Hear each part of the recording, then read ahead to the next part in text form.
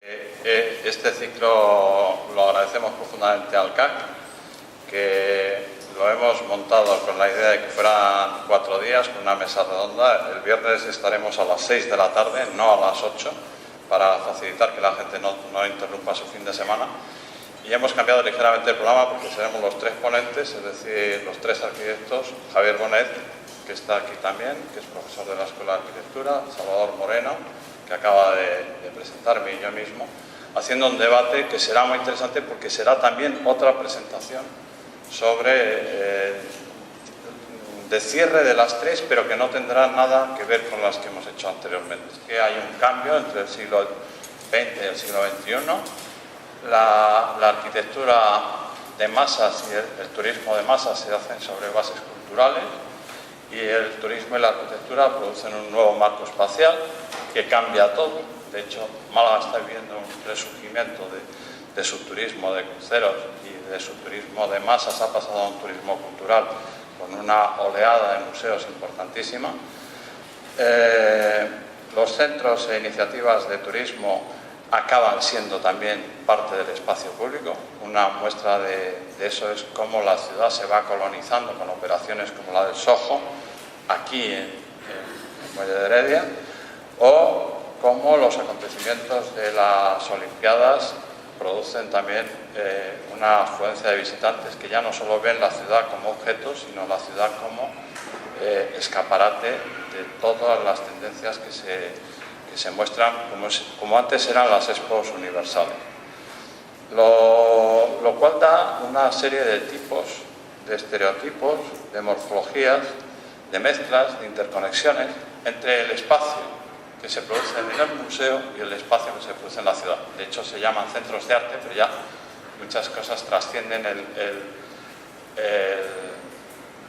caso del centro de arte. Ya los espacios son centros de arte y los centros de arte son espacios que no se puede distinguir en el museo el interior, sino el interior y el exterior son parte de la misma moneda, y que la concepción contemporánea de estos centros es una concepción que revitaliza toda la noción contemporánea sobre el espacio, de manera que el espacio es un espacio dúctil, maleable, que se va haciendo, no es un espacio cerrado, un contenedor, no es ni siquiera el Guggenheim, que es un museo del siglo pasado. El Guggenheim Bilbao, lo queramos o no, es un museo que representa otra opción y que está muy bien. En síntesis, se puede decir que el espacio museístico clásico se presentaba como dotado de un carácter fascinante, capaz de generar el deseo de llevar a cabo una actividad exploratoria del mismo por parte de sus potenciales usuarios.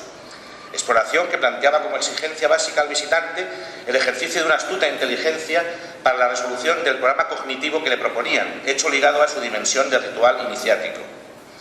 Nos encontramos, pues, en el Museo Clásico ante un caso típico de laberinto unidireccional, entendiendo por tal aquel que, si se desenreda, adopta una apariencia filiforme, ya que en él se encuentran tanto la organización en forma de hilo como la existencia del Minotauro, las grandes obras maestras que forman el atractivo básico del museo: descubrir la Gioconda, las Meninas. Bien. Este es el mundo que nos cuenta también en este librito que recomienda a todos, de Eugenio Dors, 3 horas al Museo del Prado, ese mundo intimista, ¿no? de descubrimiento de uno mismo a través de la pintura, de hacerse sus propios recorridos, de casi hacerse amigo de los propios cuadros. Esas visitas de 3 horas, dice él, donde ya conocía los cuadros, eran como suyos, les hacía suyos, los volvía a ver otra vez cada domingo. Esto me recuerda a mi infancia, cuando mi padre me llevaba al Museo del Prado los domingos, entonces veíamos siempre los mismos cuadros, ¿no? Donde no había mucha gente, ahora sería imposible, ¿no? Pero ¿qué mirada nos da el museo moderno? Lo que llama Santos Cenzunneri la mirada flotante, dice.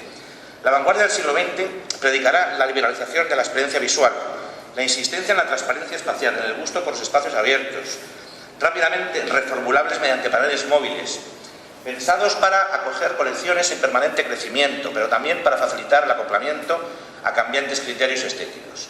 La contemplación de las obras se asemeja más al hecho de hojear un catálogo que al de seguir como un itinerario, ¿no? Es la noción de display que decía Juan Navarro, es decir, de mostrar, ¿no? De mostrarse, que sustituye en cierto modo a la de recorrido. Esto parece situarse en el terreno de una práctica liberal por excelencia, al sustituir en los visitantes ideales la mirada orientada por la libertad de relación con el arte. Pero esto no deja de ser, como diría Borges, otro tipo de laberinto más sofisticado, que es el laberinto del desierto. Tengo yo que elegir hacia qué dirección me muevo, no hay dirección preferente, no hay un guión, ¿no? Con lo cual es un laberinto horroroso, porque me lo tengo yo que crear, ¿no? Bien. La nueva era, ya entramos directo en el tema de nuestra época. Dice, no debe extrañarnos que una de las manifestaciones más significativas de una sociedad que se intenta pensar a sí misma como ubicada en una posición terminal, como situada al final de un recorrido histórico que parece a punto de clausurarse, sea la exacerbación del culto al arte que adopta un marcado carácter light. En este hecho se manifiesta la evidente implantación del consumo light del arte, marcado menos por la búsqueda de una auténtica experiencia cognitiva que por la desesperada voluntad de sentirse partícipes de un espectáculo, el de la cultura, que aparece ante los ojos del hombre de nuestros días como el último en el que una cierta convivencia social puede ejercerse, aunque sea bajo la triste y efímera forma de compartir una larga cola de fenómeno. Adquiriendo, o sea, ¿qué es lo que se va a un museo? ¿Qué es lo que se va? Esta chica está feliz porque ha conseguido superar, no ver la Gioconda y sin embargo se compra el póster. Es decir, adquiriendo un póster, una postal o un cenicero con la imagen de las obras frecuentadas o un recordatorio de la aventura vivida en forma de plano guía, esas que regalan, del espacio expositivo, el público alcanza una propiedad, degenerada sí, pero tranquilizadora, que le instituye como poseedor de lo que no es sino un puro simulacro. Simulacro al que en función del peso de la cultura más mediática tiende a conferir un valor central de su experiencia, hasta el punto de que hoy no se concibe una exposición que no vaya acompañada de un catálogo al alcance del visitante medio, que tenderá a valorizarlo tanto o más que el mismo contacto directo con el arte. Lógico corolario, la fiebre del catálogo que domina a los actuales frecuentadores de museos y galerías, que no supone sino una auténtica operación tranquilizadora que adopta la forma de una proletarización de la colección particular. El museo se entiende cada vez menos como un espacio pedagógico para convertirse en terreno de exploraciones, lugar de experiencias, fuente de estímulos sensuales y sobre todo donde la dimensión didáctica, si no es abandonada del todo, es subordinada a la creación de un recorrido para el espectáculo.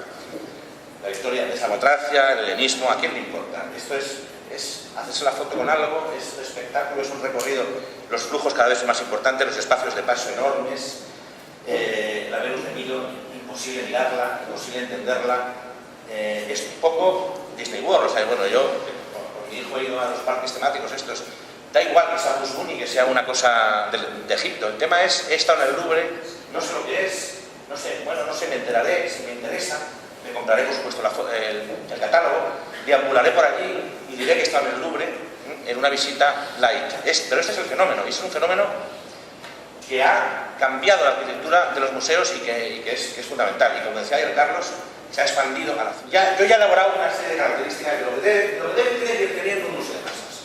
Vamos a ver. Espacio urbano, atractor, seductor. Sin eso no hay museo de masas. O sea, un espacio previo me da igual que sea suele ser el centro de las ciudades, pero tiene que tener algo que me seduzca en entrada, previo, donde yo vea al museo y diga, ¿esto qué es? Que produzca. Un vestíbulo comercial, hemos visto, fundamental, arquitectura, o fenómeno que es de la extrañeza, es decir, ¿qué será esto? No soy arquitecto ni nada, pero ¿esto qué es? Esto es interesante, vamos a ver qué es eso. Un recorrido para el ocio no museístico, esto es casi lo más importante. ¿Puedo ver el museo? Si no, no entro, porque para ver el museo no entro. Es que es así, si entro, ya veremos si veo el museo, pero si no puedo hacer eso, es que a lo mejor no voy a entrar. Tienda o tiendas con comercio, fundamental. Fachada, soporte publicitario, fundamental. Si no puedo colgar banderolas que son muy bonitas, no vamos a estar en el Thyssen, en Madrid, huelgan, en el Prado, o sea, esto viene de los ojos, ¿no? De esas banderolas de los ojos, que crean una forma de hacer propaganda. Espacios expositivos versátiles, por supuesto, y cafetería, restaurante, mirador, si puede ser mirador también. Todo esto acompañado, evidentemente, de una expositiva temporal, moderna y contemporánea de categoría. La nueva arquitectura de los museos responde a los postulados propios de la cultura de masas y del papel económico que hoy juegan las ciudades como polos competitivos en una red económica mundial, de lo que intentaremos hablar seguidamente. Me refiero a que hoy todo se considera susceptible de ser explotado turísticamente. Todo es, si se puede decir así, turistizable. Todo es susceptible de ser museable.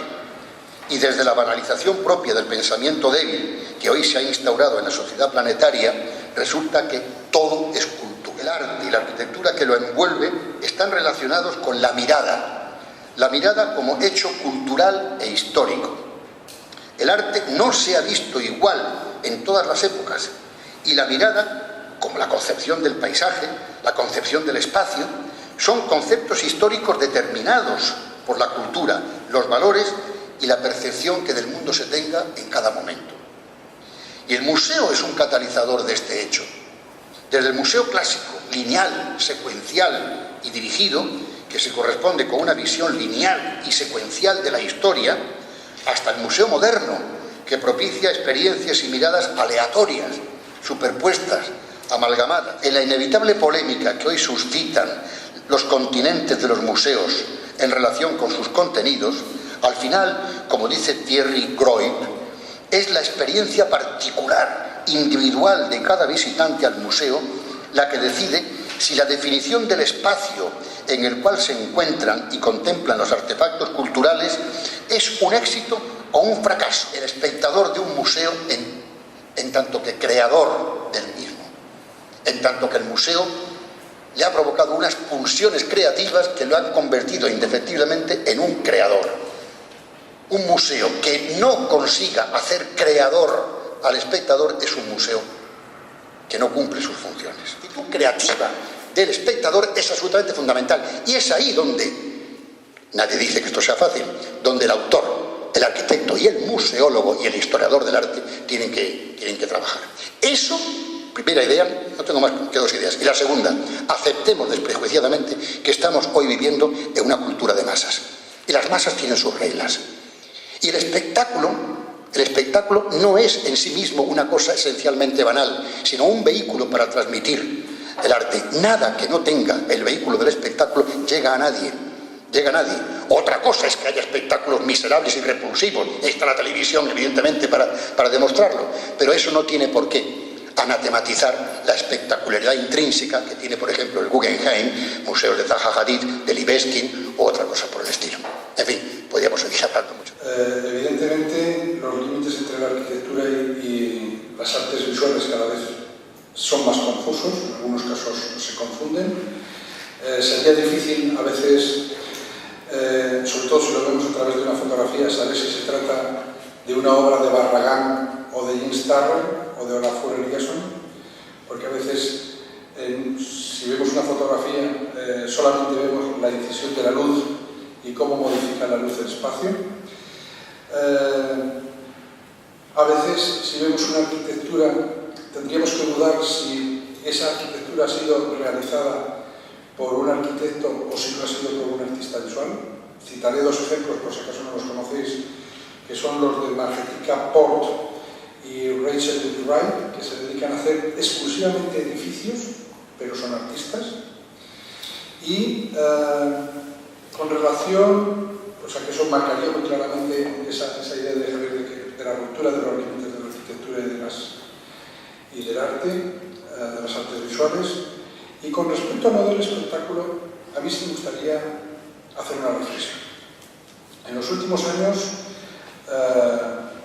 hay una preocupación recurrente dentro del mundo del pensamiento en las artes visuales, que es la de la reflexión sobre el vacío.